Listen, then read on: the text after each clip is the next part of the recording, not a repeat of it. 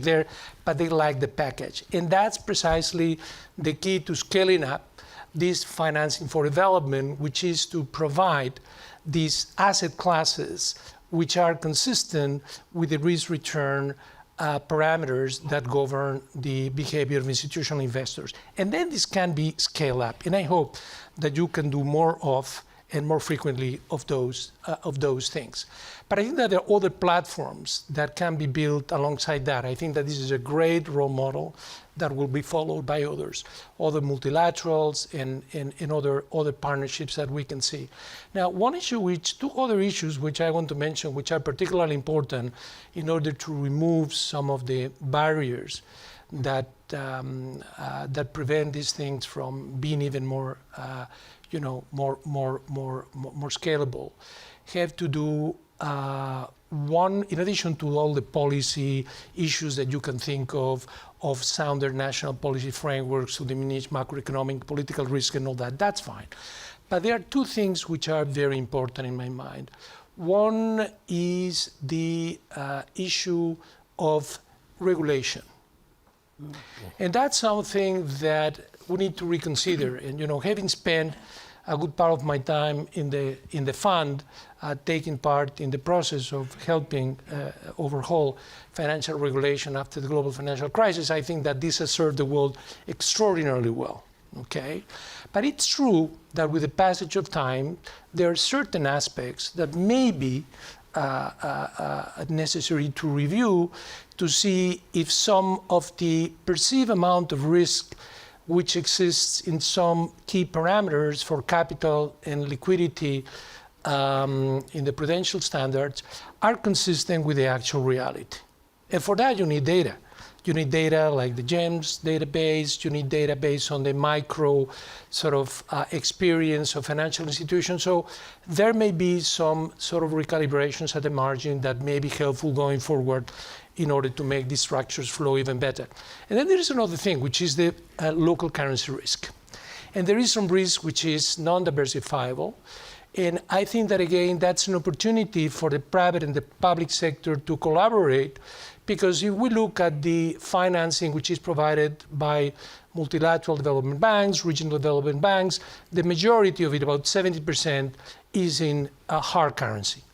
And when you have domestic projects which generate local currency revenues, then you have a mismatch which generates a vulnerability. And you don't have, unfortunately, the hedging instruments in many of these economies to be able to avoid that mismatch. So here is an opportunity for private and public partnerships, which is ongoing. For example, I'll give an example of Kenya, collaboration between the International Financial Corporation, IFC, and Standard Chartered, where instead of Standard Chartered buying the bonds of the country, which provide good return, but high risk weights when our home regulator, the Bank of England, the Prudential Regulatory Authority, look at them, we provide financing to the IFC in local currency, which then lends the money in local currency to the government, and we benefit from having zero risk-weighted assets because the IFC is not the government of Kenya. So the country wins, the IFC is fine, and we also win. So I think that is an opportunity for the sort of collaboration you need. So in order to scale these things up, what you need is two things: more collaboration and more imagination. And a lot of it, I think, is going on now.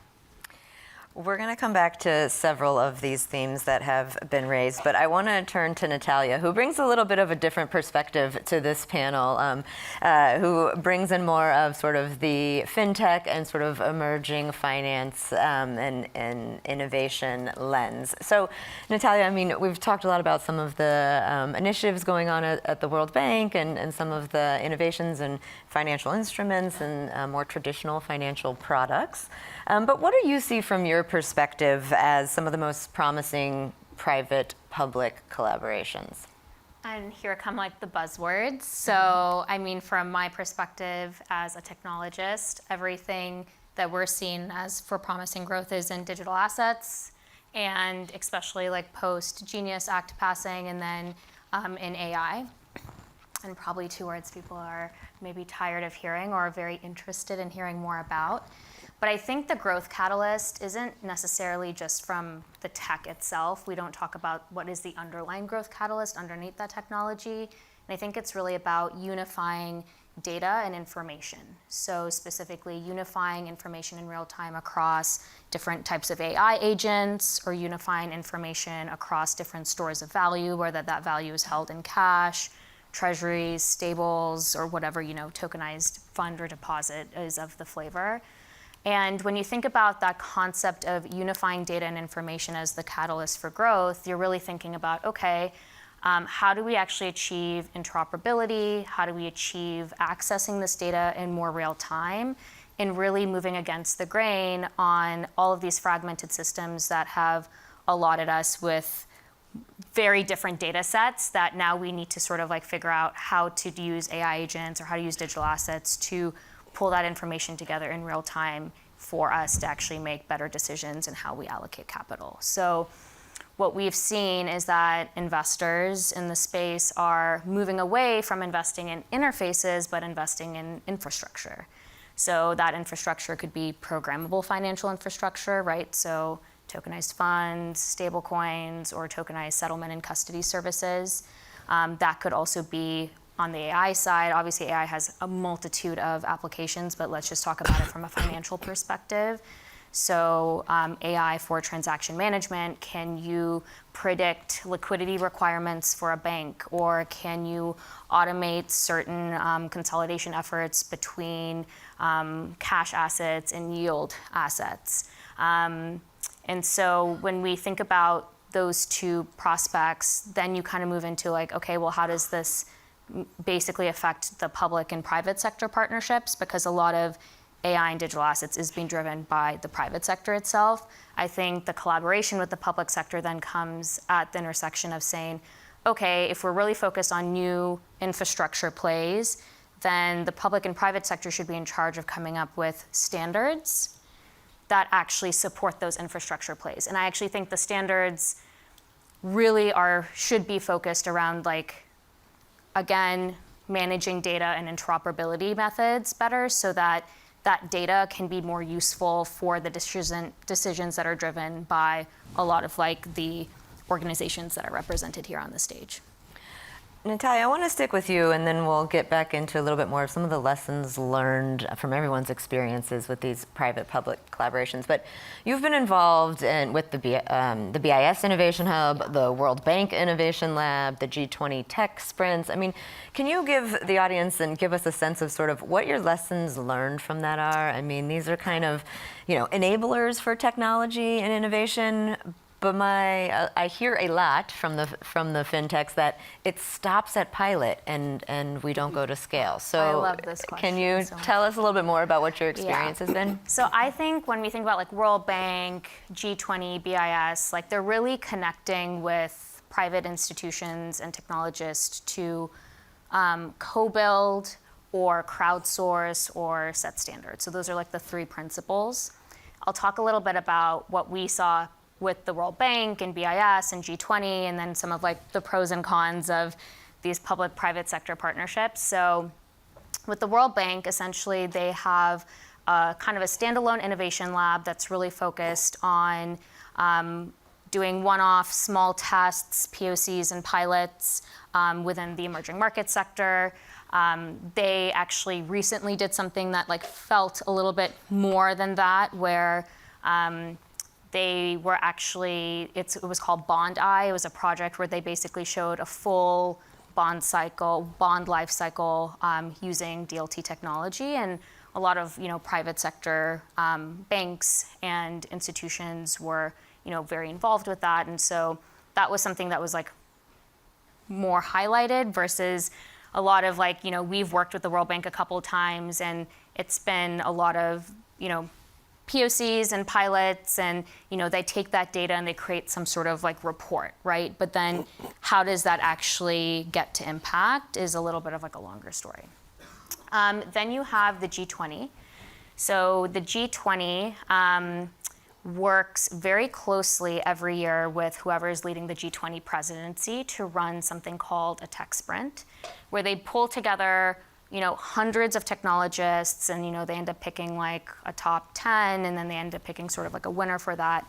And those technologists are brought together to essentially talk through some of the technology implications and ramifications. They build specific pilots for the tech sprint, and then figure out, how can that be applied to what the G20 is doing around their SGDs. So usually these tech sprints are focused around, payments and open finance initiatives, digital identity, and fraud prevention. And the G20 partners actually with the BIS to put this together, show all of the technology specialists, and then obviously there's follow-up with a lot of the different central banks and involved with the BIS and with the G20 as well. And so it's great exposure, and they actually track all of those companies over multiple years after the tech sprint, and it's pretty incredible to see the cohort of people, what they've done, where they are today. And so that exposure is helpful, even if things sit at a pilot, they might be put into production in specific banking systems that they're introduced through the tech sprint. And then finally, the BIS, it's probably no secret, they have done the most, I would say, in this space. They, a few years ago, launched the BIS Innovation Hubs. And for those of you that don't know, this is a completely decentralized system.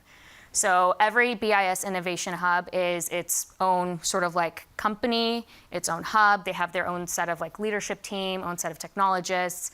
And they are basically funded to experiment and pilot a bunch of different things with their, technology vendors of choice. So there's not actually a headquartered tech team at the BIS that is running this. It's all the individual tech teams that BIS Hong Kong Innovation Hub hired, or BIS Singapore Innovation, and they usually work with their responding central banks. And from my perspective, I think, I hope the BIS Innovation Hub kind of moves towards also having some sort of headquarter, because if you have a headquarter system, you'll be a lot more involved with, I think, some of the open source initiatives that I think are required at the central banking level and the larger institution level from a technology perspective.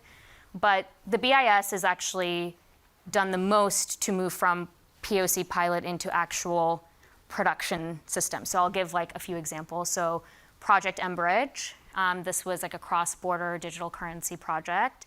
They actually went into a real MVP, which was pretty big. And that has the support of multiple countries kind of working at the table together. Project Nexus was another recent one that was focused on domestic instant fast payment systems and connecting different instant fast payment systems. And so they are going into implementation as well pretty soon. And then the one that's been probably mentioned the most at this conference this week, if you guys know people from the IIF, is the IIF and the BIS are working together on a project called Project Agora. And that is their flagship project. It's across 7 different countries. And what they're basically doing is they're bringing together some sort of interoperable multi-asset system where you can, between countries, send CBDCs, tokenized deposits, et cetera. And so it's a massive initiative. We'll see if that actually gets past POC and pilot stage, but they definitely are putting in the work to make sure that something real comes out of that, because it's so much effort put in. In terms of pros and cons of public and private sector, I'll just touch on those super quickly. The pros is that, what we've seen is that these public institutions are really kind of setting the stage and bringing together the convening of different technologists, and that the technologists are left to do what they're good at, which is creating, testing, building, and scaling for each project. And beyond, even if you stop at a POC or pilot or you go beyond, what's nice is that some of these projects have created a lot of open source code and APIs that can actually be productized and used by multiple public and private financial institutions in the future. So the creation of open source tools from these projects is great. On the con side and disadvantage side, I would say that, to be honest, was mentioned, a lot of things don't come out of pilot. You can't actually get to production, and so the advice that we've given a lot of different larger banking institutions is you should take a pilot. You can break it into chunks, and you should put each chunk into production consecutively over time. You don't need to put the whole thing into production at once. It's too much of a lift and too much of an ask of so many different stakeholders. And then the last is funding. So running a pilot and running a production-based system requires a ton of more capital. And usually those capital funding and how they come together are not necessarily aligned for everyone's incentives. I think the funding structure needs to be a mix of development capital from the public sector and the private sector as well to get those projects up and running. So picking up on some of the lessons learned that Natalya just described, I mean, I think these are applicable, and there's parallels across, probably you all have experienced them throughout your career, and Natalya's, you know, and the kind of fintech and technology sector is starting to experience some of the same challenges that, you know, the rest of us have experienced, you know, in terms of working with the multilaterals and public and private sectors for decades, most likely. So maybe, you know, Shriti, Doug, tell us a little bit about lessons learned so far, successes, challenges, biggest obstacles, and the work that you've been doing with the Private Sector Investment Lab and with the CLO. I mean, a lot of this stuff we've been talking about for decades, right? So kind of, how do we get this unstuck? What have been your biggest learnings? Well, I think I should start with, we've obviously been talking about public-private partnerships for decades. I think there's a real opportunity at this point in time for a negative reason, but you know, there it is, which is there is no choice because of fiscal pressures in particular in developed markets, but of course also fiscal pressures in emerging markets. So, you know, if we want to make this work, there is only, if we want to create the financing mechanisms for the sorts of investments that, you know, we've talked about that are needed, we need to make this work, and that's it, you know, it's the last chance saloon. So, I think there is an opportunity. For me, the biggest obstacles are culture. There's a pilotitis issue, an issue of everything is bespoke, an issue that's not invented here. And that is, we are not in a position to indulge in those inefficiencies anymore. And I love the fact that, you know, Ajay's come in and has provided a clarity and a direction and a kind of, you know, a force behind this. And so that is our one chance to get it right. To not be, one of the things we've talked about is scale and volume. Say we take the CLO issuance. Actually, we just need, the last time it was done was 1994, and honestly, we can't wait another 32 whatever years to do the next one. We need to be doing it within months.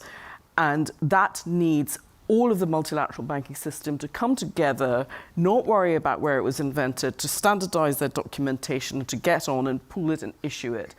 That is a significant cultural change. And so I guess for me, this is about whether, not, I know that Ajay is up for this. Today we were joined by Odile Reynaud-Basser from the EBRD. I know that there's conversations going on. There's been a mutual recognition around due diligence that has been done by the multilaterals. So there's some really amazing signs. But there are also shareholders. They're common shareholders. This is what they should be demanding and enforcing as well. So it's not just for the multilateral system to, you know, try and sort of, you know, self-generate it, if you see what I mean, to get the scale that we need. So I would say that's probably one of the biggest lessons is to work around that. The other thing, I do want to talk about local capital market development, because when we talk about the scale of financing needed, actually we all know that the majority is going to come from domestic sources. It's not cross-border, it's domestic. And yet these markets stay incredibly shallow and undeveloped in the main, with very notable exceptions, of course. And that is because of regulatory issues.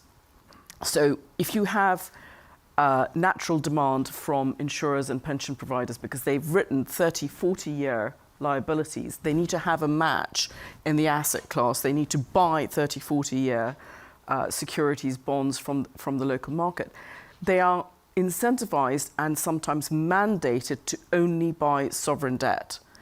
And that stunts the creation of the domestic market, as opposed to create the foundation for the market by actually being there as the natural buyers and creating something that is very unusual, which is long-term, and that reduces volatility in capital markets. So that is a regulatory issue that can be fixed by all of the regulators having the confidence to know that if they create a liquid market, they will be able to finance both the sovereign debt and the infrastructure, both of them. Yeah. There's regulatory issues that José has mentioned.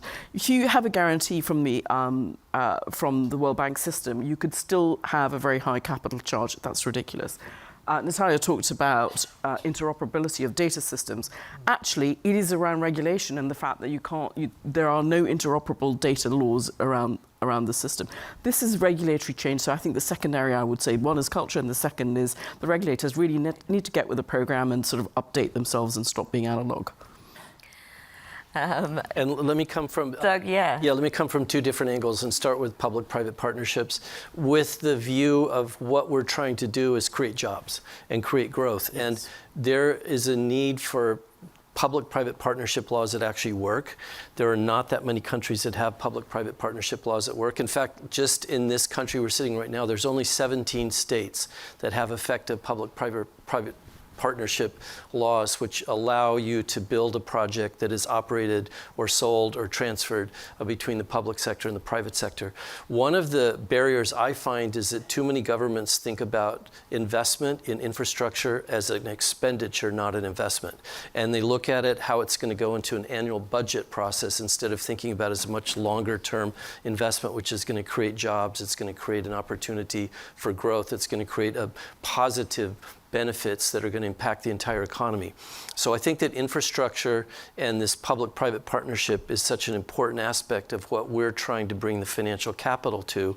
And in addition to the financial aspects that I'll go to, we also need to think about the legal framework beyond the financial system as well. How do you facilitate investment and how do you facilitate the investment in infrastructure?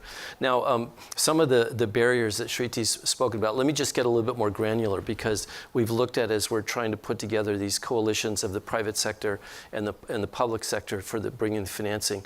And for those of you in the room that have been bankers at some point, it goes all the way down to the documentation. What law are we using? Is it New York law? Is it London law? Is it somewhere else? There's no consistency on how you choose that. What is the interest rate? There's so many different kinds of interest rate you can use. And SOFR is now becoming a standardized US dollar rate, but you use a 3-month, a 6-month. Some people want to use a longer or shorter. What kind of documentation do you use around the collateral? Is there documentation about how long the loan is? And what you find is that the organizations that want to accommodate both the borrowers and the investors start putting together a bespoke product, bespoke loan, and every single financing is done in a way that you can't find somebody who's going to invest in it because none of them are the same. And if you look at a market which is a very liquid market, something like CLOs or CMBS or something that's done for real estate or commercial receivables or credit card receivables, those types of loans are made in a way now that they're completely standardized. Every single time there's a credit card receivable, every single loan that's in that receivable package is standardized in a way that you can be sending and selling credit card receivables every day. So we have to get to a point where we have to just bite the bullet and say, sorry, we're not going to allow to have all of these different types of terms and conditions in a loan. We need to start standardizing it. And what's going to be the benefit for somebody in the World Bank or one of the multilateral development banks? They're going to be able to make the same type of loan and have an impact that's going to go 2, 3, 4, 5 times what they're doing now, because you can recycle that capital and use it over and over and over. So we have to get through the barriers that Shriti mentioned. We have to actually go into the devil of the details and look at all of the details in loans and loan documents and standardize them and make sure that we see one single approach to the market. And if we can then spread that across all of the MDBs that have the same shareholders, that will be an amazing start and keep up the momentum that we already have. So Doug, if the demand is there, when's the next one coming? When's the next CLO coming? 33 years? Yeah, another 33 years, Well, as there's- Shriti said. There is, first of all, there is another CLO underway, so they're working already on the next one. And then the success of this has brought a lot of interest from all of the other MDBs. In addition, there have been some other CLOs in Asia that have been put together by the ADB and the IAAB into the markets. Those were a little bit shorter term types of assets. So there's a lot of innovation taking place around the world, and we need to tap into all of that. But I'm very encouraged that the other MDBs are looking to this and want to get in the same momentum for issuance of new CLOs. Jose, I want to pick up on, Shriti mentioned, sovereign debt issuance, and something that is, near and dear to your heart. So wanted to see if you wanted to respond at all to, some of Shriti's comments in terms of developing the local capital markets, and then also hear a little bit from you. One of the main initiatives of the IMF with the private sector that you were involved in when you were chair of Standard Chartered was the global sovereign debt roundtable. So maybe if you could share a little bit about your experience from the private sector side with that roundtable, the progress that they've made, lessons learned, challenges along the way. Okay, thank you. Well, just a brief footnote to what Shriti said. I think that the development of local capital markets is extremely important for the reasons that we are talking about here, in terms of having the depth to be able to provide the finance which is necessary for domestic projects which are important for the growth of the country, but also very important for a host of other reasons, Yes. including the resilience of the Yes. market and so on and so forth.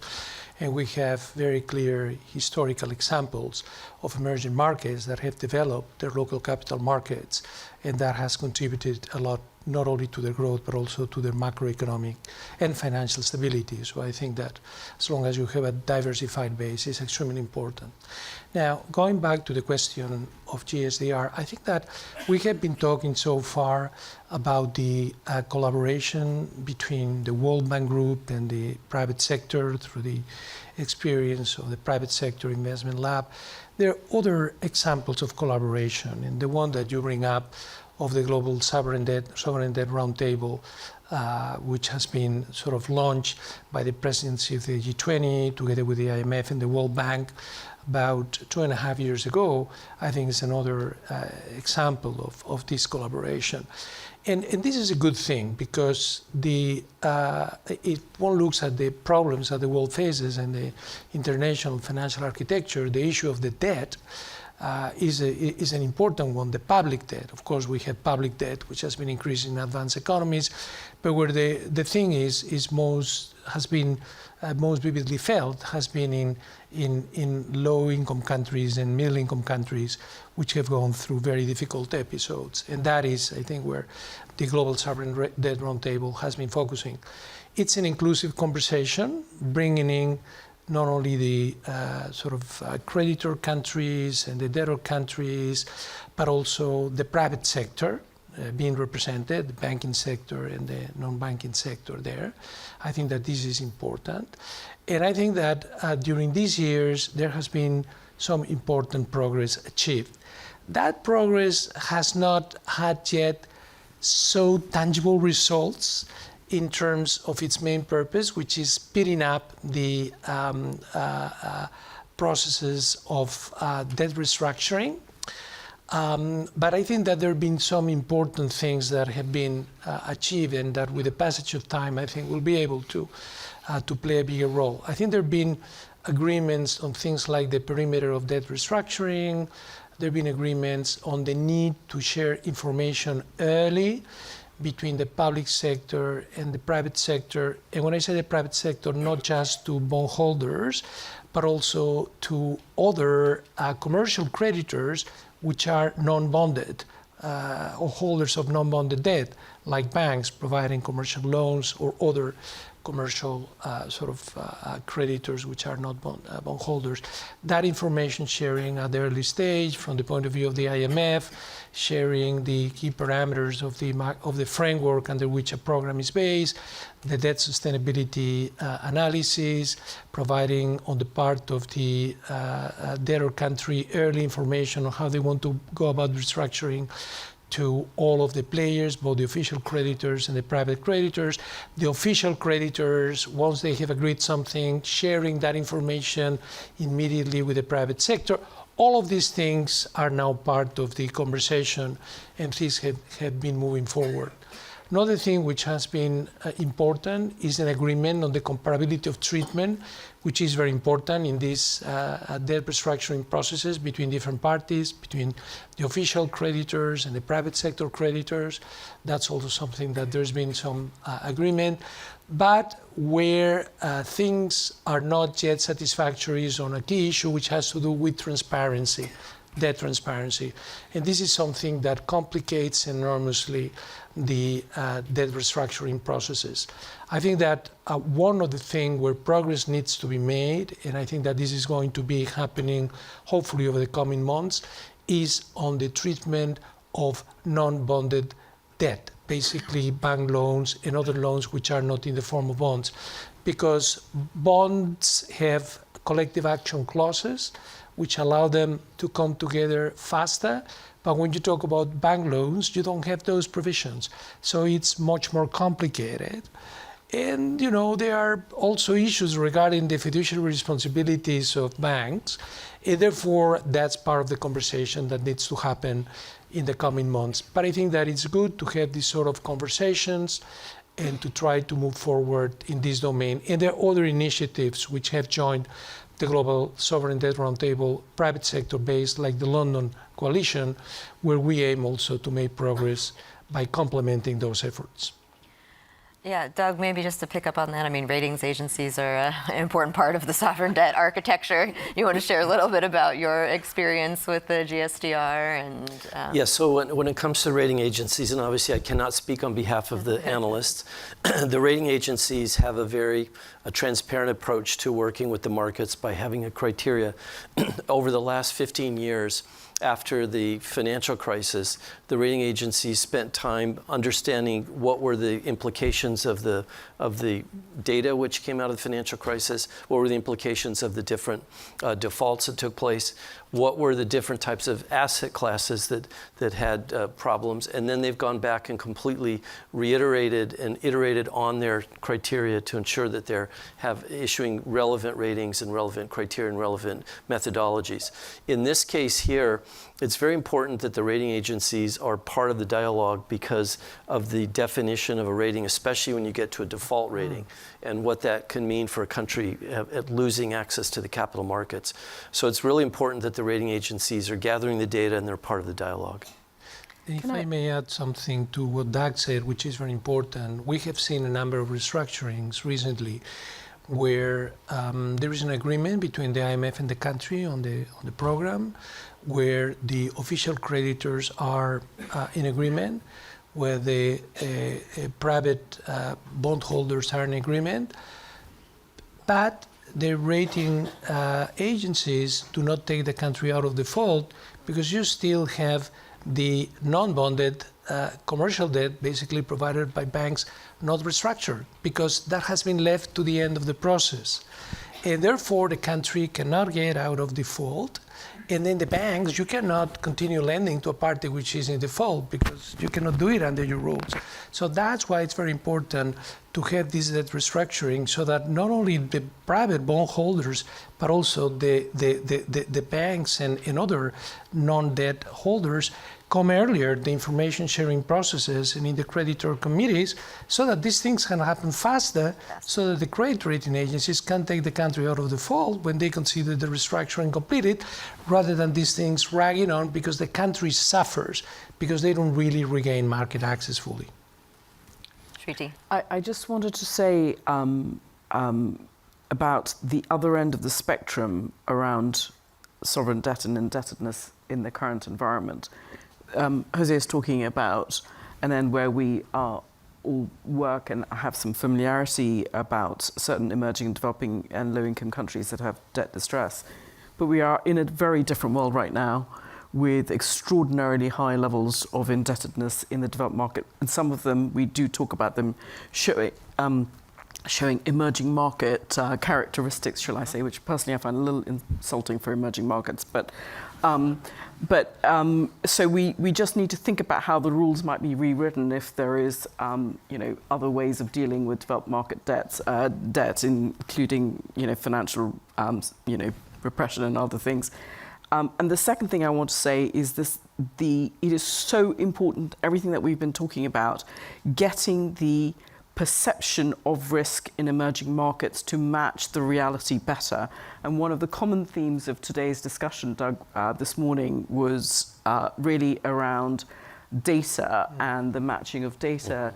We've got the GEMS database, which is fantastic, but there's also a private sector database around this, and they do need to sort of match up and show whether there are gaps in that perception reality mix.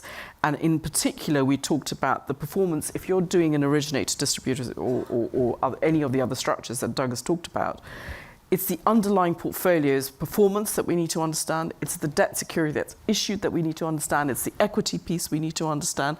And so I think there will need to be some form of public sector starting of the compilation of the database, which would eventually then be taken up by the private sector, because the gap is real between perception and reality in emerging markets. Emerging markets have been much more resilient in the recent crises than anybody has imagined. The capital flows have been lower, the debt ratio is lower, and in fact, the problem is frankly on the other side. Yeah. Why don't we finish up with one question to everyone to kind of conclude here? I mean, I think the key themes that we've heard throughout, I mean, whether it's World Bank, IMF, BIS, public-private collaboration, is this pilotization issue that you said, Shriti. Everything is too bespoke. Nothing can be done at scale and speed.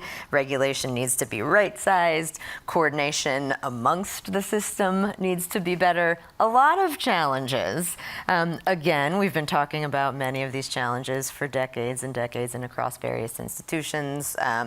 So maybe last round, what is the one recommendation, one action that you all would suggest to be able to move forward and move towards more action and less talk? Who wants to start? I'll start. I'm going to start by echoing something we've already heard about, especially since I want to address these thoughts to the developing markets, the emerging markets, and that is, we've already talked about developing domestic capital markets. And let me just give you another reason why we haven't talked about it yet. We did have one, you've said a couple comments about CBDCs and digital currency, but we know that there's a lot of interest in what's happening around the globe for digital currency and central bank digital currency and what we're going to be seeing in new payment systems. And in order for developing markets to have a lot more credibility in those types of fields, they're going to have local regulatory capital markets and banking systems. And I think it's getting more urgent than it ever was before because of these new types of payment systems and digital currencies that are taking place. And one of the areas that, going back to José's comments, I think they also have the local bankruptcy laws. You need to have some sort of a resolution or recovery or a bankruptcy or whatever you want to call it in every country, because I think of that as controlled failure. And when you have controlled failure, it's a lot better than for some sort of a horrible failure or failure that never happens and ending up with zombie systems. So my answer to the question is, let's put a lot of emphasis on developing domestic capital markets. And let's also be much bolder than we have been. I can go from, maybe I have like two comments, but on the multilateral public sector side, I think from a funding perspective, you need to stop thinking about like your innovation labs or your technology labs as like these offshoots. Yeah. Like they need to be well funded, and you can't think of it as just like you incentivize people by saying you completed, a project. Like that's not business. That's not how things are going to get actually down to the developing markets and have this tech actually be used for what it needs to be used for. So I think there needs to be a totally rewrite of the incentive strategy and funding strategy of like innovation arms. I think on the private sector, what they really need, I mean, and this is coming mostly from talking to TradFis, where until recently it was like really easy to gather information, but not really easy to take the first step, right? A lot of them have decision paralysis. There's like so many technologies, and like even with like digital currencies and stuff, it's like, where do I start? Like, what ledger am I using? What type of digital asset am I even looking into, right? There's this horrible paralysis, and I think technologies or products or things that allow these private sector institutions go from 0 to 1 in a quick fashion, but also don't allow them to have vendor lock-in, I think are really the responses here, because even as, you know, if a bank makes a decision today to say, hey, I'm going to work with these stakeholders, or this is the strategy that we want to test, the technology is moving so fast that actually in 6 to 9 months, like that's going to be maybe a completely different set of vendors or types of assets that they want to work with. They should be working with flexible architecture that doesn't lock them into certain vendors too soon, because that's this paralysis. There's too many options, and I don't want to have vendor lock-in and make the wrong decision and then have my neck on the line for it, right? So actually a lot of what we've been doing is helping provide that flexible architecture so that people don't have vendor lock-in. You can make decisions now. You can start testing it in real time. You can go from 0 to 1. And if that thesis changes in a year or 2 years because the digital asset market is moving so quickly, you can plug stuff in and out pretty easily. Jose? Maybe two things, one at the national level and the other at the international level. At the national level, for developing economies in particular, which are the ones which have more difficulty in generating domestic investment and attracting foreign investment, is institution building.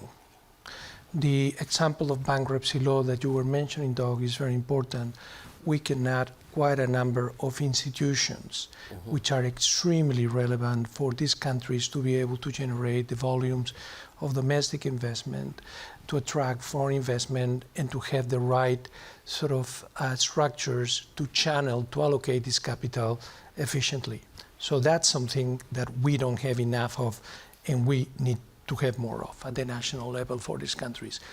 And the other is at the international level. Rather than building institutions, do not deconstruct some of the institutions that we have. And one which I'm particularly interested in and concerned is about the multilateral trade system. And still today, even with all the noise, global trade is being conducted under WTO rules in about 72% of the cases. But it used to be 80% at the beginning of the year. So it's come down. And that is extraordinarily important, having an open trade environment and a larger market for everyone, but particularly for those countries which need to plug into international trade circuits in order to move forward. I'll give an example. E-commerce. E-commerce is a fantastic vehicle for the promotion of small and medium-sized enterprises and for inclusion in global trade circuits. In the WTO, they have an e-commerce moratorium that they have been renewing every 2 months, but because there are some countries which object, now they're coming to a sunset clause, and they will have to decide in a couple of years whether they make it permanent or kill it. And if they kill it, this e-commerce no tariff situation, that would be a big backlash. So there are all the beautiful things we're talking about in terms of digital, AI, chips, and so on. A lot of the world would not have access to, really. So again, do not deconstruct the institutions that we have built and that which have served the world so well. Sorry. We might need to end there, but I'm going to give Shriti the final word. I'll be very brief. We don't want to.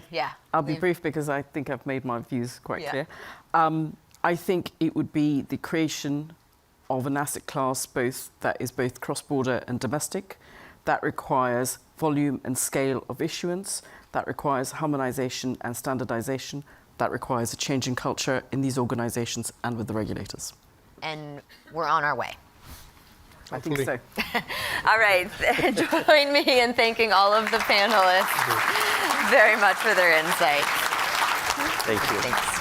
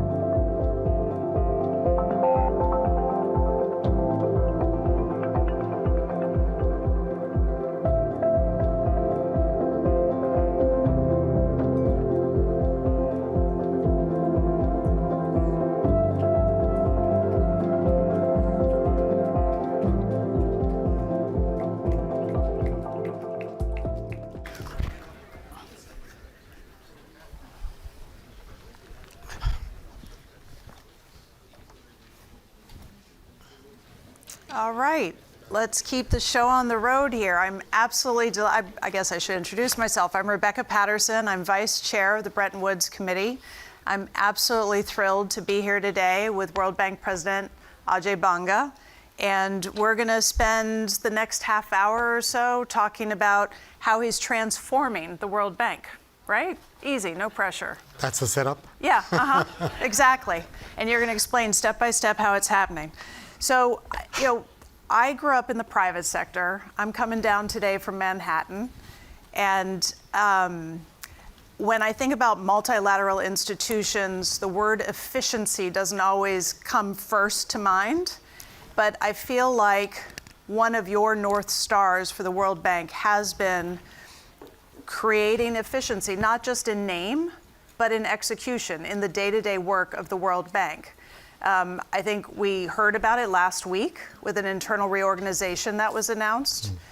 We are seeing some evidence of it, but I would love for you to give us a progress report, because we know that changing a culture, changing the inner workings of any organization, private or public sector, is really, really hard to do. Yeah. So how are you doing it? How's it going? Aside from my envy that you just came from Manhattan? No, it's overrated.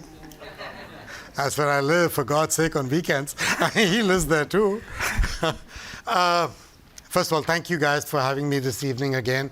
Part of every one of these meetings we get together. The efficiency question has got lots of parts to it. I'm going to pick 3 or 4 that I think are the most interesting and substantive. And the first one is, it used to take us 19 months on the average to get a project from discussion to approval by the board.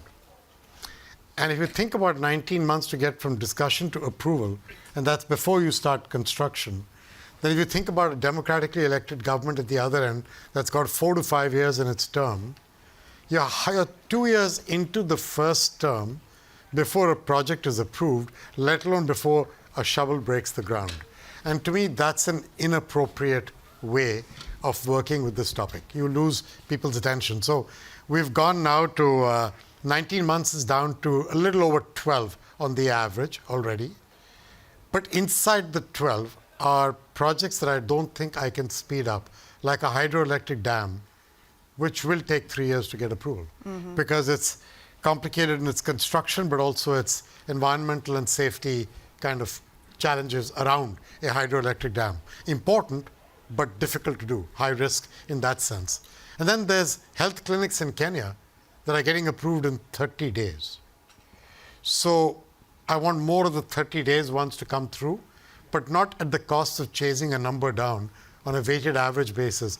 Trying to get the right thing done here is to get to the right combination of this mix. I think somewhere around a weighted average of 10, 11 months will be a good number, and focus on a bunch of projects done and approved in 30, 45 days, and a bunch that take longer. So what specifically, what specifically did you have to do to move the needle there? You have to do, first of all, a risk-adjusted classification of how much in-depth investigation from environmental and safety frameworks do you need for a low risk, like a clinic in Kenya, versus a hydroelectric dam. So right-sizing the work Yeah, for we each used to kind of do project. one size fits all for that, this kind of stuff.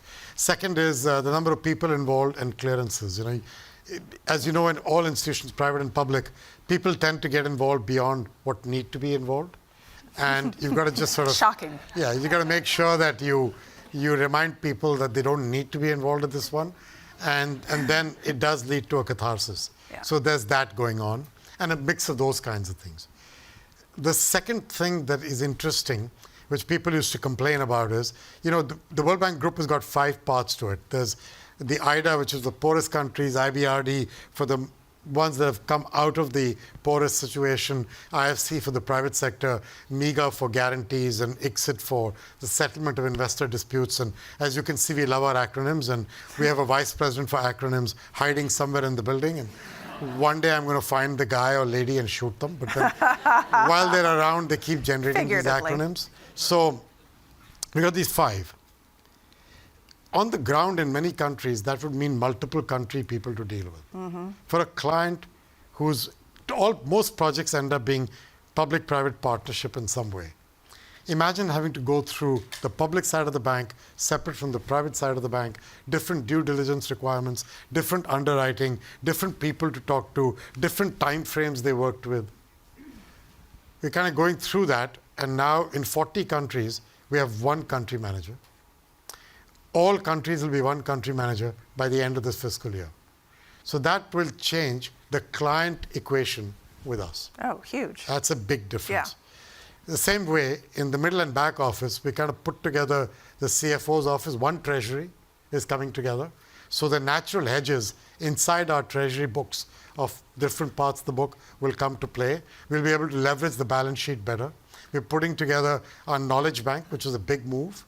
So to me, yes, we're a money bank, but even more a knowledge bank than a money bank, because our years of expertise, we've got fabulous people who have lived and worked in so many countries in the world and have experience on the ground in building a dam, and building a road, and building a skilling institute, and investing in the private sector, and creating a guarantee. But then, if they are in different segments, you again get disjointed knowledge. Yep. We kind of put that all together, and every vertical, like say prosperity, will have 2 sets of people. One dedicated to regulatory policy and getting it changed to make it business friendly and governance kind of top of scale. Another one dedicated to what I call stealing shamelessly. And for a banker to use the word stealing shamelessly is not the world's best words to use, but they mean everything correctly. For example, if you've done something in a country and it works well, I don't see the reason to reinvent the wheel in 25 other places. Yes. We should be able to take that and cut, paste, copy, cut, paste, copy, and then amend for local circumstances. So I'm not being naive about this, but what you do in the private sector is you productize things. We individualize things currently. That's not a good thing. So I'm trying to create these two groups of people, two different skills. One working on regulatory policy, thought leadership, cutting edge technology in that space, and one working on stealing shamelessly and duplicating. We call that leveraging on Wall Street. Indeed. Yes. Indeed. We would because never. If you called it stealing shamelessly, people would know the truth, right? Yeah. So I came out of that world, don't worry. So can I go back for a second? So with the knowledge, so this is, I I'm going to think get killed for this. AI is creating so many cool opportunities, and you know this world better than most, in terms of capturing that knowledge, right? People who spent their lives at the World Bank or in the World Bank institutions, and they retire, and that knowledge walks out the door with them. How do you make sure you capture that as part of this effort? Are you using any digital tools or AI to try to create some system where someone can type into their Claude or GPT or whatever and say, show me this thing I want to leverage? Yes, that work has progressed quite a bit. And in fact, there's a bunch of people working on, I've created a kind of an innovation lab inside the institution and have incented people to work in teams and come back with ideas, and we judge them and award them prizes, which includes money to actually get it implemented inside the bank. And so I've taken a pool of money and kept it at my level and used that for this. A number of those ideas revolve around AI for a number of things: knowledge, procurement, judging a risk on a project by monitoring everything from satellites to social media to grievance letters to things of that type. Some really cool ideas coming back from people in the system. Yeah. And so that's a good thing. There's all that's going on. I think the last thing I'd say on efficiency is that we've done all these things, but we're also working, I think, better with the other MDBs, which is a big part of what I need to get done. I know you guys had Doug and Shriti and others up on the stage just now about the private sector lab, but even for a minute on the public side, in the past, when we got a project and we needed it to be co-financed by two others, we'd have to go and find those two and get them to agree to come in. Then the client would have to go through 3 project approvals, 3 due diligences, and that. Imagine if you're dealing with Tuvalu, which is 11,000 people on an island in the middle of the Pacific Ocean. They don't have people to deal with Asian Development Bank separately from the Australian Development Corporation, separately from the World Bank. So now we're trying to do what we call full mutual reliance frameworks, FMRF, Mr. Acronym. And it took me a little while to figure out they were talking about the same thing I was, but I finally cracked the code the other day. And they said, oh, that one. I said, oh, that's what you're talking about. I got it. And so now that thing is, the idea is that if you're co-financing, if I'm doing the project underwriting, ADB will accept it. If they're doing it, I'll accept it. We decide who's leading. Yeah. And one guy does the underwriting, one due diligence, one procurement process, one everything. In the same way, that co-financing, now there's a digital platform we've launched. You can put the project into it. All the MDBs and the regional development banks, KFW, AFT, all see it. We co-finance one time. It's one bid. The client doesn't need to go through 7 hoops. That's great. So it's efficiency in the bank, but it's also efficiency across institutions for the client's point of view, from their eyes in. That's great. So I want to pivot. I'm keeping an eye on the clock, and there's so much I want to cover. When I was here this past spring, there was some discussion around nuclear and discussion obviously around I told energy you I'm security. Going to get it done. Yes, and you did. Yes. So June, although it did right? cost me a few hair and. Well, we can't see, so you don't need to tell us. Yeah, that's too much information. Yeah. So There's a lot going on here. I'm sure there's tons. So the partnership with IAEA announced in June, that was a step forward on nuclear. Energy security is a big part of what you're focused on. Yeah. The Mission 300, Yeah. getting electricity to 300 million people in Africa by 2030. Give us a progress report. How's it going? What's next on the list? So the whole energy thing was, I just think that if you focus on jobs for young people, which is the North Star we've been pivoting the bank to for the last year and a half. Not that we don't care about climate or gender or schools or skills, but all of these have to have a higher purpose. Because if these young people that are coming through the pipe in the emerging markets, which is 1.2 billion young people will become 15 to 18 years of age in the coming 12 to 15 years. They're gonna want a job. Yeah. Because it's the only way they're going to get not just earning, but dignity. And if they don't have a job, they'll leave the country. No, either they will do bad things locally, Yeah. or they will leave the country and become illegal migrants, or that country loses the chance for its own future. And by the way, for us in the developed world, if those were instead channeled into productive growth, think of the future consumer markets. What happened in Asia for the last 30 years could happen in Africa if we tried. Right. Africa will be bigger than Asia if you think about it carefully. So the way energy the is dynamics table stakes. If you don't have electricity, Right. what are we talking about? Right. What clean air, clean water, healthcare, education? Everybody runs around with their hair on fire on a single cause. I'm climate, you're gender, I'm air, you're water. Yeah, like who gives a damn? What really matters is I need clean air and clean water when I'm growing up. I need healthcare and education. But when I'm grown up, I need the dignity and opportunity of work. Whether I work for you or I start my own business. That's what we're focusing on. Electricity is table stakes for that. We went and said we'll connect 300 million people with the African Development Bank to electricity, not one light, one fan, productive levels. Computers, refrigerators, that I can open a hair salon. I was in Mozambique and drove up a road, and you could see the connections coming from us over the last few years. Was a family that hadn't yet been connected. Somebody who got connected a year and a half ago and now had a chemist and a hair salon. Somebody 5 years ago had a small factory with a chicken hatchery and was providing sort of services for farmers to understand better feeding and technology and managing of chicken illnesses and the like. That's the key there. If you do that well, how do you do that without baseload power? And baseload power requires, you need affordable, accessible baseload power, and you need to do it in a way that manages emissions responsibly. If you do it the other way around, you don't really get easily to baseload power. Secondly, you cannot sit with a straight face and tell me that if Senegal has the opportunity for natural gas in its soil and has got it, I can't find a way to tell them, I won't help you do anything with this. You got to do solar and wind. While we in the Western world produce it and consume it. Right. And I think if natural gas is a natural transition fuel as part of your nationally determined contributions to manage your transition, then that should be a fair thing across the world and not unequally applied in different places. If in the process you build a new dependency in a country on importing gas, that's a bad idea. But if they have the resource, so for that country, what's relevant? Is it soil? Is it solar? Is it gas? Is it hydro? So Mozambique again, they have a huge hydroelectric dam made by the Portuguese before their independence.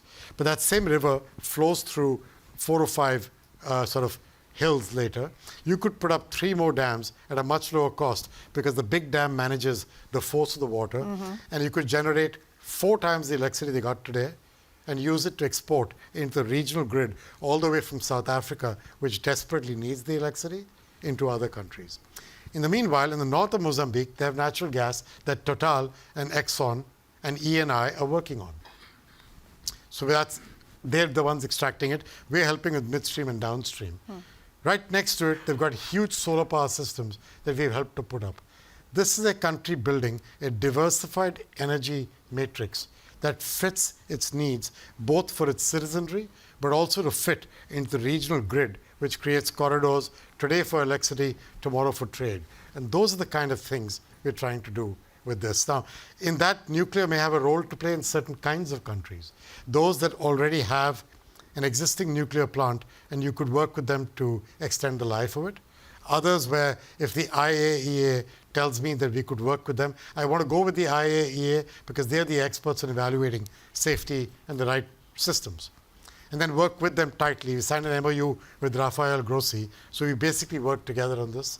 And I'm trying to work on the idea of small nuclear reactors with him over a period of time and with my other colleagues in the MDB world. And so that's the whole range of energy.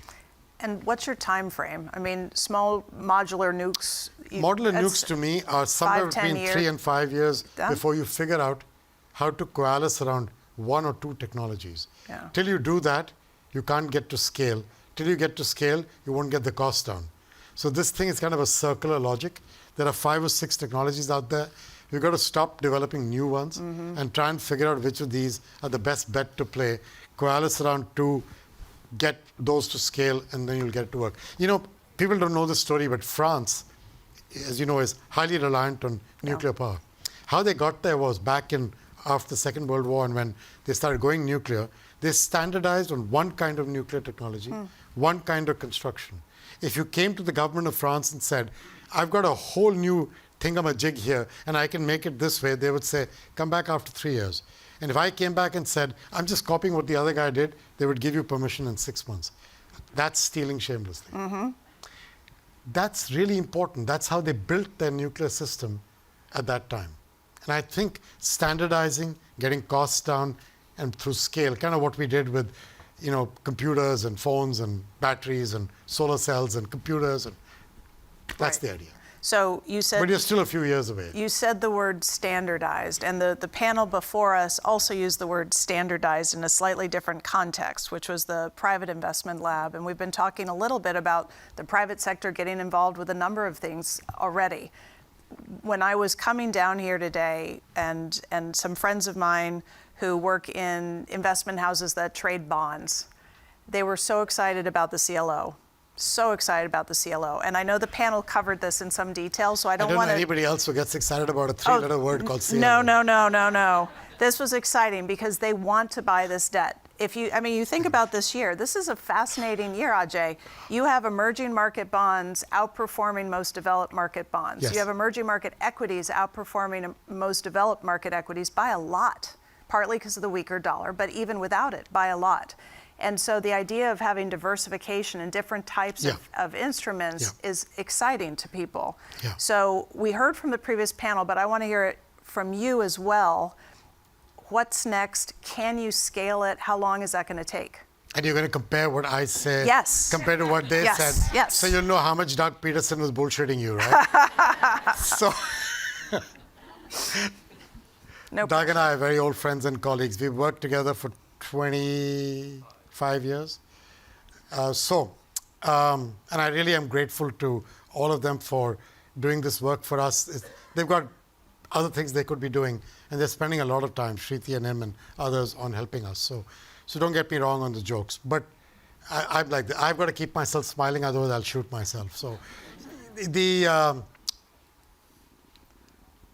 private sector thing is very simple. There is not enough money in governments and MDBs, even earlier. Forget about today's challenged fiscal circumstances in the developed world that we're all reading about. But even if you go back 3 to 4 years, there is not enough money in government coffers and MDB coffers. If you put us all together to meet the challenges of infrastructure, healthcare, agriculture, jobs, and the like for the emerging markets. We have to get the private sector's money, ingenuity, and technology and talented people onto the table. Second, the reality is that 80 to 90% of jobs get created in the private sector. Governments enable. Early on in the development cycle, governments help to generate. But eventually, even in the United States, jobs come from the private sector. And within the private sector, the overwhelming majority of them come from medium and small scale enterprises.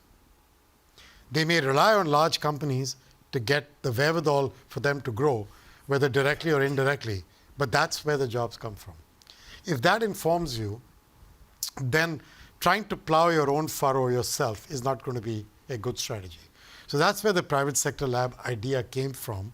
How do we catalyze the multiples of money that we need? Today, this year, we've mobilized 69 billion of private capital, and another 70 odd billion in bonds. Private capital is bought into our bonds. That was 49 billion the previous year. Yeah, and next year it'll be 75. We've got to find a way to get to 200 and 300 and 400. And therefore, we have to think about this quantum different than doing things better next year than last year. Right? That's the insight into this thing. So this private sector lab came back with 5 recommendations, and you've heard about some of them, but the first one is relatively simple. Can I, as a private sector investor, get regulatory clarity on the ground? Will I get paid? Will I be able to take my money out? Will I be able to get labor easily? Will I get right of way to lay my digital cable? You know, things like that. Which we can help with, because our knowledge bank combined with our financing, where we call pay for results, is you change the law and we'll give you the money kind of thing. That's what we're doing for the 300 million being connected to electricity in Africa, for example. The second one was, even if I do this, I need political risk insurance, because governments change and they change their mind. With this thing called MIGA that we have, actually does that. We've consolidated all the insurances that we used to do in different part of the bank in one place. One system is now doing it. That's up 30%. Again, original target was to double by 2030. Shriti and I both agree that we can do that faster. And we're just going to do it one step at a time and try and get it done quicker. The third is, doing all this is great, but I have a foreign exchange problem. I'm investing in dollars, euros, and yen. I'm getting paid by a local utility in Indonesian rupiah. And my investment is a 20-year investment, and my repayments, therefore, are in Indonesian rupiahs, and that's a hedge that I cannot get. You can't get a 20-year. You can't get a 20-year hedge for the euro. Right. What are you going to get for the Indonesian rupiah? And so how do I cover my exposure? ISC is now up to 33% of its financing being local currency through swaps and bonds we're raising locally. We're working on local capital market development in 20 other countries with the IMF. But we've got to find more solutions, because this still doesn't meet the need of these investors. The fourth one is, you do all this, I still think the risk is here. If you take first loss, can I bring the risk down here so the investor will come? First loss as in junior equity or capped returns or whatever. So we've set up a first loss fund. I can't call it a first loss fund because that's not good marketing. So, so we called it the Frontier Opportunities Fund. Beautiful. Which, of course, that acronym guy called FOF, which is not a good acronym, but never mind. So we set that up with our own retained earnings to start with. If any of you have friends in philanthropy, please send them my way. This is the time for them to put their money where their mouth is, because they keep talking about incentivizing emerging market investment. Ask any private investor, first loss is the way to go at it. Mark Galogly is doing amazing work in that space. He's a part of our lab. You should get him on stage sometime. He's fun to talk to as well. Oh, good. And then the last item is the originate to distribute part, which Doug is leading for us. And the idea here is over time to create an emerging markets asset class, over time. Please don't, I really mean this over time. I think this is a 4, 5, 7-year effort. But we've had great progress with one securitization to test the waters. It did really well. We're trying to figure out how we can work with the other MDBs, the private sector parts of them, to originate enough flow so that these receiving entities, a pension plan, a asset manager, can see regular purchasing opportunities. And then trying to figure out if we can do this in a way where rating agencies get involved as well, and so it becomes a package security. As you know, Canadian pension plan is not going to underwrite each loan. But if you come to them and say, here's $5 billion a year of exposure to infrastructure in Africa, and it's A- paper, and Standard & Poor's, God forbid, or Moody's, or the other competitors that you had, one of them underwrites this and agree to do so, and give it an A- rating, and you can buy it at 92 cents on a dollar. the CIO for CPP will say, that fits my Right. profile. That's what we're trying to get to. That's the real pot of gold at the end of the rainbow. And you're not going to leave till that happens, right? This is a good place to end. So all I will say, and you know this too, there is so much demand for that. Yeah. So the sooner we can make that a reality, the better for the world. Just- All right, it's all up to Doug. Yes. All right, Doug, it's on you, man. We are out of time, and I want to be respectful of your time. I want to thank you again so much for always joining us and being so candid with us, and thank everyone for being with us here today at Bretton Woods Committee at the IMF, and we'll keep the show going. Thank you very much. Thank you very much. Thank you. Thank you.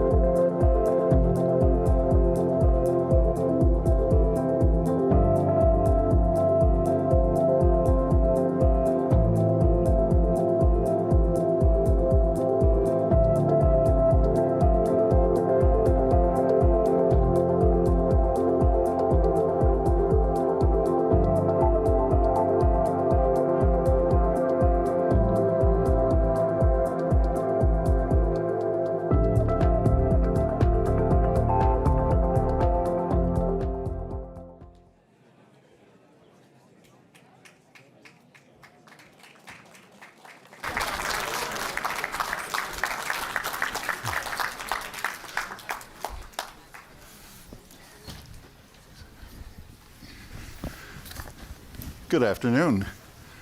And last and absolutely not least, we're in the managing director's house. Thanks for inviting us all, and thanks for taking the time, as you have every 6 months, to review things with the Bretton Woods Committee and its membership, give us a sense of where things look to you, how things are going with the fund. And certainly, considering, among other things that have happened in the last 6 months, the economies have shown more resilience than had been expected. And so, nonetheless, there are a lot of challenges in the air. Hardly time to take comfort with the resilience shown. But today was the release of the wheel, and perhaps you could give us some insights about the prospects and particularly the explanation for the resilience and whether we should count on continued resilience. Thank you very much, John. To those members of the Bretton Woods Committee, this is your house. You're always welcome here, and I always enjoy having these conversations. One observation I would make is, John, that the 6 months are getting shorter and shorter. It feels that way. It feels that way. Let me remind us when we were here 6 months ago. At that time, the concern was that we would see a more substantial slowdown in the world economy. Yes. I remember vividly journalists time and again asking me, "Are you sure there is no recession on the horizon?" And me answering, "Well, in our baseline, we do not see a recession, although, of course, there were and there are still downside risks." Now we have slightly improved our projections for this year and next vis-a-vis April. When we look at the 1 year back, we were at that time projecting for 25, 3.3%. Now we are saying 3.2%. It is a minor downgrade. And so the question on everybody's mind is, what is anchoring this resilience? Where does it come from? We have looked into the data, and we have done actually a very substantive review of emerging markets performance. And we came up with 4 reasons for why the world economy has proven to be so resilient. The first one is the most important one. Over the years, since the global financial crisis, countries have taken very serious steps to build sound macroeconomic fundamentals. Good monetary policy, independent central banks, good fiscal policy, in many countries fiscal councils, fiscal anchor, and more interaction with each other that allows policy coordination to reinforce individual countries' actions. We looked at emerging markets. There is a chapter on that. And what it says is that emerging markets are in a better place to withstand shocks because of those policy investment. And those that have made them, if a shock hits, they would have 0.5 percentage point higher growth and 0.6% lower inflation. I am definitely on the view that the message from this source of resilience is very simple. Stay the course. Stay the course. Second reason for resilience, again, very interesting to see how private sector has buffered the impact of uncertainty and the impact of tariffs. More broadly, over the last couple of decades, the fund, the World Bank, many policy gurus have been urging countries to get the state out of where the state doesn't belong. Don't take on you to provide electricity, water, sewage, produce metals, and be everywhere in the economy. Let the private sector do most of it. Of course, provide regulatory framework, regulatory certainty, but get out of where private sector can be more impactful. And now we see that indeed the agility and adaptability of private sector helps buffer countries at that time of more uncertainty and shocks. Just one example, tariffs are announced, private companies rush and they buy everything that they can possibly buy, deliver it before the tariffs are to come in effect, and then they take the time of this buffer to actually see how they can realign supply chains. The third reason of resilience is very important, and this is one where the story is not yet written entirely, and we, during this week, hopefully would help it to be written. So the US in April had announcements that accounted for 23% tariffs. Yeah. We are coming today, after the negotiations, the deals that have been agreed, the tariff rate is 17.5%. The effective tariff, though, what is being collected when you get exceptions to accommodate the need for the economy to function well, we calculate them somewhere between 9 and 10%. So the burden is more than twice less than we thought it would be then. Most important, though, is not this. It is that the world so far, and I cannot stress enough, so far has opted not to retaliate and to continue to trade pretty much on the rules that have existed. So when we look at the behavior of countries, that is, I think, very mature behavior. If you are a smaller, open economy, why would you want to get into tit for tat and then a trade war in full speed? And I think the question for all of us is, what is going to happen next? Yeah. We are calling on our members, be rational, do what is good for you. If you are a smaller, more open economy, obviously sustaining a vibrant trade is in your interest. There is also a fourth factor, and it is financial conditions. They're accommodative. So you need money, you can raise money. In fact, what we're seeing is something that I would get there in the category, well, not quite yet out of the woods. We are seeing also the dollar depreciation, relative depreciation. It is helping because if you are an emerging market that borrowed in dollars, it is now cheaper to serve your debt.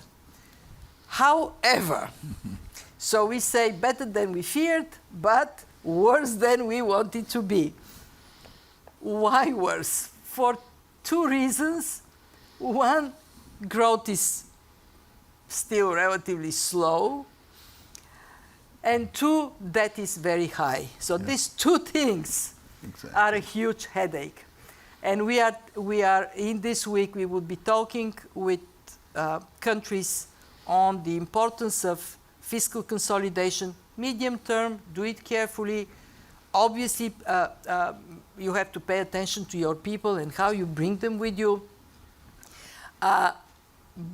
And then, of course, structural reforms to lift up growth prospects. So it is easier to deal with the debt upon you. Where we see a risk that could potentially be of the magnitude to create more problems.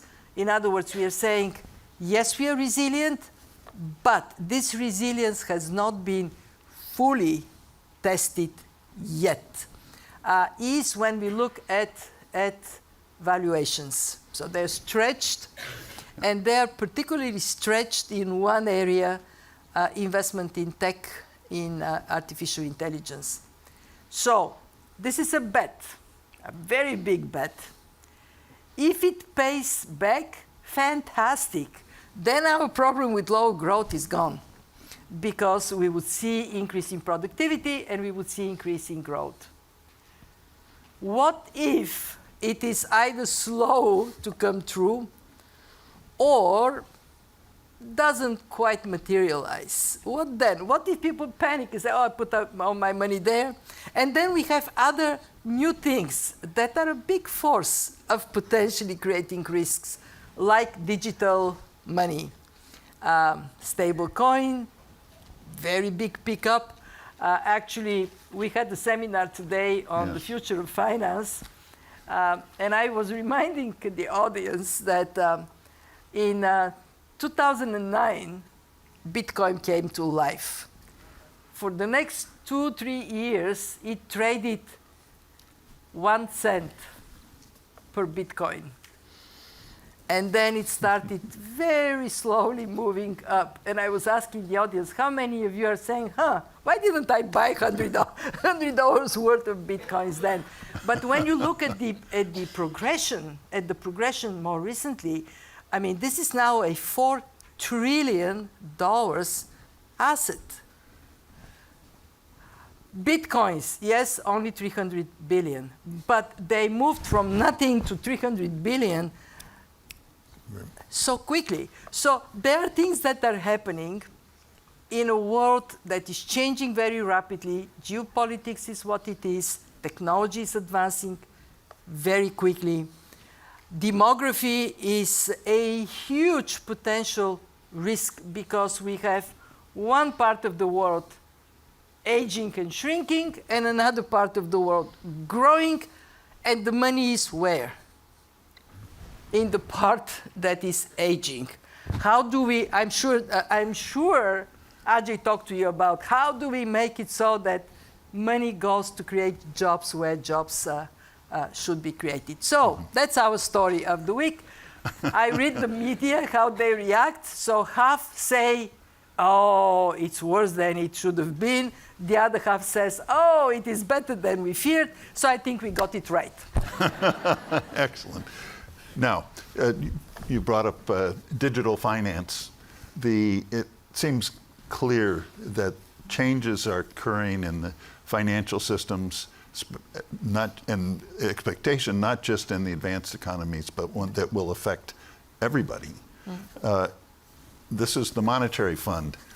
What role should the monetary fund be playing in the evolution of the new digitally oriented financial system?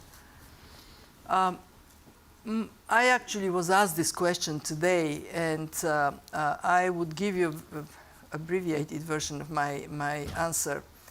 Our most important role is to make sure that the 191 members of the fund can see this development from the same vantage point. In other words, our bilateral surveillance, our multilateral surveillance, giving a sense of what is happening in the world, and then drilling down to what does it mean for your country. And there, I think the work of the fund on understanding what would make for good regulation, what would make for good standard, how we harmonize across the board, even if there are different regulations, they're compatible. Dealing with the three big risks that countries are going to face. Risk number one, interoperability. If we end up with platforms that don't talk with each other, so you have something here, something there, we are fragmenting the global financial system, big problem, obviously, for an institution like the fund. Secondly, monetary sovereignty. It is possible that maybe we would go in a world in which there is much more financial integration across countries, and maybe that would lead to some changes in the monetary composition. Not maybe, it is very, very likely it will go there. But would that be chaotic, or more with some vision and movement that protects countries from being the holders of the short end of the stick? And that monetary sovereignty is something that, for quite some time, to be frank, we were talking about, like, this is the boogeyman. Boo! It is coming to take away your monetary sovereignty. I think we need to think about pragmatically how we see the development of digitalization. It is happening in fiat money, and it is happening in non-backed and backed, let's call it crypto. It's happening in across the board. How we think about the impact it would have on monetary policy in small, even medium-sized economies, large economies, what does it mean? This is our job to figure out. And last but not least, train staff in relevant institutions on what is happening, and then be the transmission line of experience from one place to another. I am impressed by how many of our members are venturing into piloting. I met the Kazakh delegation, so they have a pilot on CBDC, and they have a pilot on stablecoin tenge. They may not go anywhere, but that kind of development, there is nobody else but the fund with the universal membership that can help countries learn from each other. And I can tell you that demand for our support for the membership is skyrocketing. How can they handle this rapid transformation? Yeah. Is the instrument by which the fund will be interacting in this area the financial sector assessment programs, the FSAPs, or some new or different initiatives? So the FSAPs are very useful, but they come every 5 to 10 years. This train is moving. I cannot call it train. No. This, not even plane. This rocket ship. This rocket is.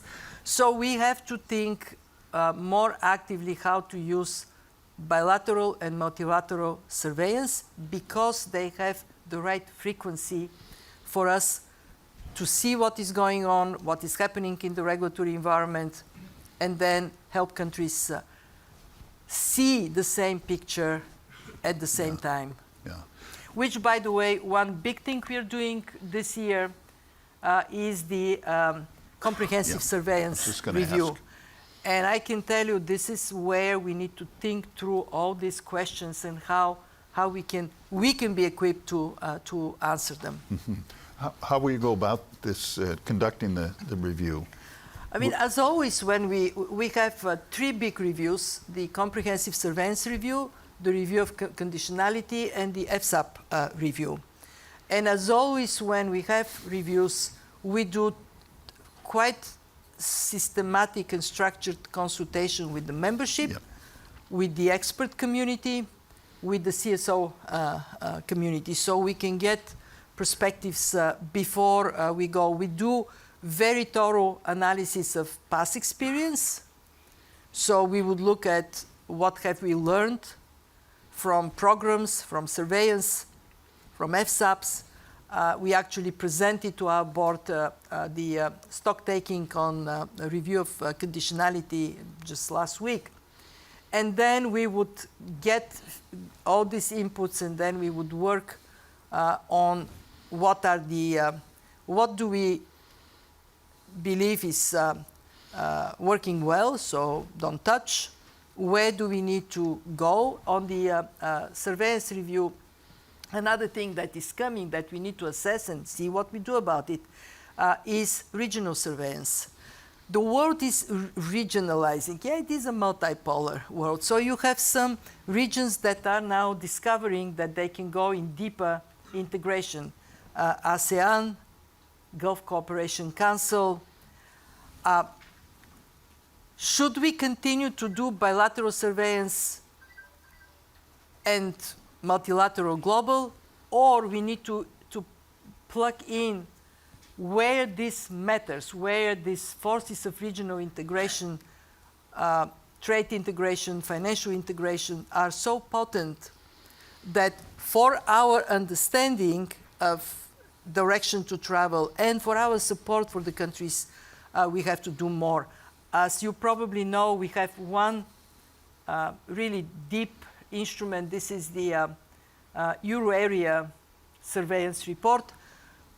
In Africa, for the countries that have monetary union, we would do lighter touch, but a similar thing.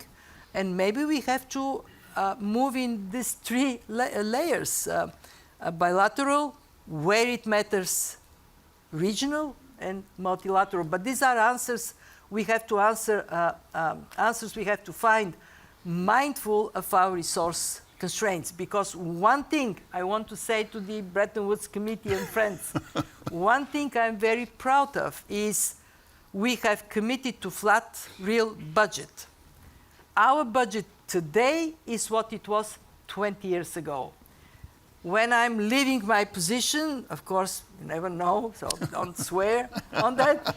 But I'm hoping to look back and say we prioritize with the same resource, we prioritize in a way that we have highest impact of our work, and we remain this very tight organization. John made us like this, a very lean organization.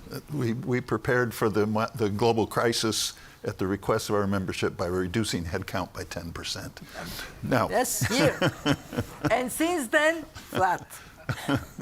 Now, you hear a lot of talk are the MDBs, especially the Bretton Woods institutions still fit for purpose.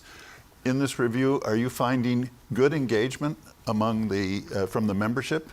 Yes, yes, and I can tell you that the higher the uncertainty, and uncertainty is the new normal for the world economy, the more our members seek the opportunity to talk with each other and to engage with the staff and management of the fund. I just went, this is my second day of the week, and I have had already 4 regional meetings. everybody is there, central bank governors, finance ministers. Everybody wants to hear how we see the region, how the other countries see the picture in the region, what does it mean for them. So I'm very, very proud with the staff of the fund, because we work. Are there staff of the fund in this audience? Staff of the fund here. A lot of ex-staff. No, ex-staff. I mean, this is such a disciplined organization, and so much with that sense of institutional responsibility. So yeah, I think the membership appreciates that we are there to say, this is how. So we kind of go, here is the fog, and through the fog, this is what we see. And with their help, we see better. And the membership's responsive. We see further, yep. In other words, with all the risks, maybe someday soon demands might be financial, but at this moment, it's more intellectual, analytical. It is actually also financial. I mean, I was with the Africa Caucus. We have 26 programs on the African continent. Many of them not trivial programs. We have close to 50 programs, financial programs mostly, a couple of non-financial arrangements where the countries ask the fund, they don't need the money, but they ask the fund to be the anchor, the disciplining factor for their policies. So it is financial. We did a review of the global financial safety net. 2 conclusions. So far, so good, but so far, so good because large economies, at the time of shock, deployed huge amount of monetary and fiscal support, with spillovers to the rest of the world. Do we still have that? Countries are now advanced economies up to here in debt. If there was to be another shock, how do we cope? And this is where we actually have to relentlessly strengthen the global financial safety net. And I can say I'm very encouraged by our membership committing to the 16th quarter review, the 50% increase, and very grateful to Secretary Bessent for Treasury making this also a priority for the US. So why does it matter? Because when you look at reserves globally, 10 countries hold 2/3 to 3/4 of global reserves on one end. And on the other end, we have 100 countries with somewhere between 3 and 5% of global reserves. They rely on us. They rely on our ability to work with regional financial arrangements to bring more strength of the global financial safety net. And I think the membership would like us to continue to be watchful. Mm-hmm. Do we have that capacity to withstand shocks? Mm-hmm. Well, sadly, our time is coming to an end, but it's always this way. It's always this way. We can keep going a long time, but I can't resist. This institution began to administer, to create the gold exchange standard that went away. One of the big surprises just in the last 6 months is the price of gold. What's going on? I don't think it is a surprise. I think when there is uncertainty, human nature is what it is. We lean to be supported by the known, and we know gold. I mean, both businesses and governments, businesses, individuals, they're saying, maybe I should be propping up my insurance, my own insurance. I think we may be over-insured now on gold. From the position of the fund, as you know, we have gold reserves. So I'm counting the getting richer, getting a lot richer. Yes. As good as Bitcoin. But well, hopefully the theme, when we gather, hopefully 6 months from now, that once again we'll be able to talk about resilience, but it may be risk. So I think you're in an audience that appreciates the work of the fund. Oh, before I finish, we have a brand new FDMD. Yes, we do. He joined us just before the annual meetings, Dan Katz. Very smart, very committed to the work of the institution, and so far doing very well, engaging with the staff of the fund and engaging with the membership. So you will see him. I said something today about him, and he was a little bit of, I think he took it as offense. I said, thanks to Dan, the average age of the management has come down. And I really meant it as a huge compliment. Yes. And he's really very energetic, very fast on his feet with very good judgment. Well, so, yes. We wish him good luck. I told him he needs to talk to you. That'll raise the average age again. But you're in an audience that appreciates this institution, appreciates the work that you're doing. I wish you all the best, and thank you for spending time with us today. Thank you. Thank you, John.